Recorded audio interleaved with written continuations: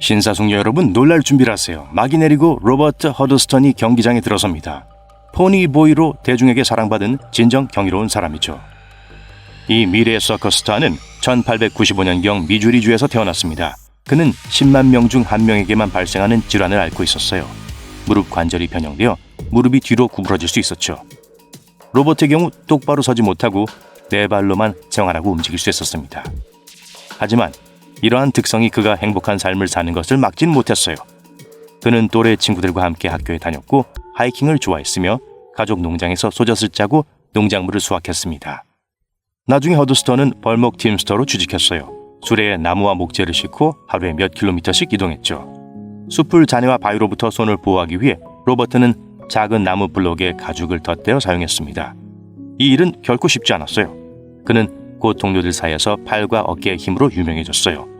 허드스턴은 여기서 멈추지 않고 나중에 대장장이와 목수로 일하게 됩니다. 20세기 중반 생활이 어려워지고 일거리가 부족해지자 허드스턴은 돈을 벌기 위해 자신의 독특한 외모를 보여주기로 결심했어요. 그는 텍사스의 작은 카니발에서 공연을 했습니다. 포니보이라는 예명을 사용했고 금세 인기를 얻었어요. 얼마 지나지 않아 그는 톰 믹스 서커스단과 함께 북미를 순회하며 힘과 뛰어난 유연성으로 관객들에게 깊은 인상을 남겼죠.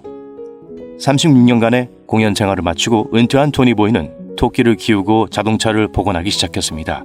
그리고 만화책도 수집했다는데 특이하죠. 그는 길고 풍요로운 삶을 살다가 75세의 나이로 세상을 떠났습니다. 그를 아는 사람들은 그가 근면하고 친절한 사람이었다고 기억해요. 엘라 하퍼는 비슷한 시기에 살았던 또 다른 스타였습니다. 그녀는 포니보이와 같은 희귀 질환을 앓고 있었고 낙타소녀라는 예명을 사용했어요. 그녀는 12살의 서커스단과 함께 여행을 시작했습니다. 엘라는 낙타를 곁에 두고 네 발로 무대에 올랐어요. 당시 그녀는 약 $200의 월급을 받았습니다. 인플레이션을 감안하면 $4,500 정도 되는 금액이에요. 16살에 끝없는 투어에 지친 엘라는 쇼 비즈니스를 그만두고 다른 직업을 갖기 위해 공부하기로 결심했어요. 그 이후 그녀의 삶에 대해서는 알려진 바가 많지 않아요. 결혼을 하고 테네시에서 남편과 모친과 함께 살았던 것으로 보입니다. 시칠리아 출신의 프란체스코 렌티니는 세 발 달린 남자로 유명해졌어요. 그는 11명의 형제가 있었고요. 실제로는 다리가 3개, 세 번째 다리에 작은 발 하나가 더 있어서 발은 4개, 그리고 발가락은 16개가 있었어요. 그의 다리는 모두 같은 길이가 아니었습니다. 안타깝게도 부모님은 프란체스코를 돌보기를 거부했어요. 고모가 프란체스코를 키웠고 그를 특별한 보살핌이 필요한 아이들을 위한 기관에 데려가기로 결정했습니다. 그곳에서 렌티니는 전혀 걸을 수 없는 또래 친구들을 만나고 자신의 삶을 최대한 살아야겠다는 동기를 얻었어요. 걷기, 달리기, 줄넘기, 스케이트를 배웠고 자전거도 탈 수 있게 됐죠. 9살 때 프란체스코는 아버지와 함께 미국으로 여행을 떠났습니다. 그곳에서 그들은 렌티니가 성공할 수 있다고 믿었던 이탈리아 출신의 전문 쇼맨을 만났어요. 불과 1년 후 세 발 달린 남자 코너는 세계적으로 유명한 링링 브라더스 서커스에서 가장 인기 있는 공연 중 하나가 되었습니다. 그는 유머 감각과 재능으로 관중들의 마음을 사로잡았어요. 렌티니는 여분의 팔다리로 축구공을 차는 데 성공했습니다. 사람들은 그의 일상에 대해 질문하는 것을 좋아했어요. 이런 독특한 사람을 매일 만날 수 있는 건 아닐까요? 가장 좋아하는 질문 중 하나는 어떻게 신발을 3짝을 사느냐는 거였어요. 프란체스코는 종종 2켤레를 사서 다리가 하나 없는 친구에게 남는 신발을 준다고 농담을 하곤 했어요. 렌티니는 40년 넘게 쇼 비즈니스에서 성공적인 경력을 쌓았습니다. 바너 맨 베일리, 코니 아일랜드 등 미국의 모든 주요 서커스에서 스타로 활약하며 마지막 날까지 공연했어요. 또한 결혼해서 4명의 건강한 자녀를 두었습니다. 그의 동료와 친구들은 그를 매우 존경했고 세 발 달린 남자에서 왕으로 별명을 바꿔 부르게 됐어요. 영화 미녀와 야수에 등장하는 야수의 실제 원형이 어떻게 생겼을지 궁금한 적이 있나요? 아마도 페도르 에프티체브라는 남자를 보면 알 수 있을 겁니다. 그의 몸엔 다른 사람들보다 더 많은 털이 있었어요. 보시다시피 훨씬 더 많이요. 그의 아버지도 같은 증상을 앓고 있었는데요. 숲속에 숨어 있다가 사람들이 발견해 박람회에 데려왔어요. 소문이 퍼지면서 가족은 곧 유럽을 여행하게 되었습니다.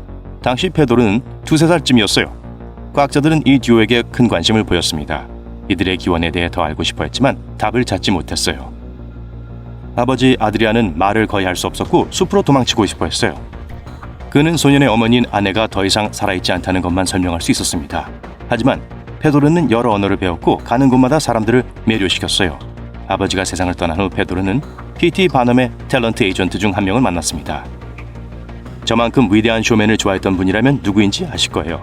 어쨌든 뛰어난 사업가적 마인드를 지닌 바넘은 16세 청년의 잠재력에 눈을 여겨봤어요. 그는 예명이 조조 또는 개 얼굴 소년이 된 페도르가 진정한 스타로 변하도록 도왔습니다. 그건 그렇고 바넘은 페도르가 숲에서 발견됐다는 이야기를 퍼뜨린 장본인이에요.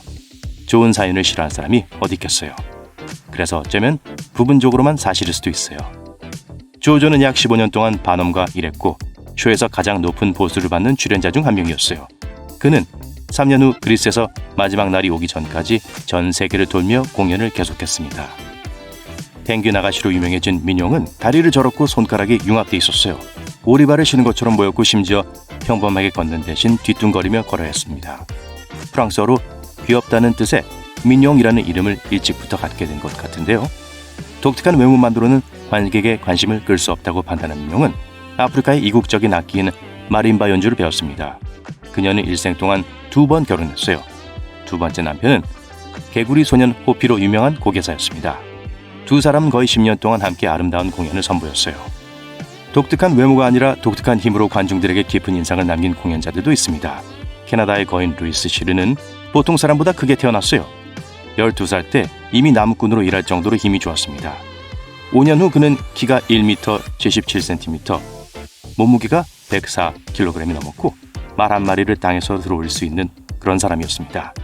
이것이 보스턴에서의 첫 공개 공연이었습니다. 그 공연이 성공하자 루이스는 고국인 캐나다에서 생계를 꾸리기로 결심했어요.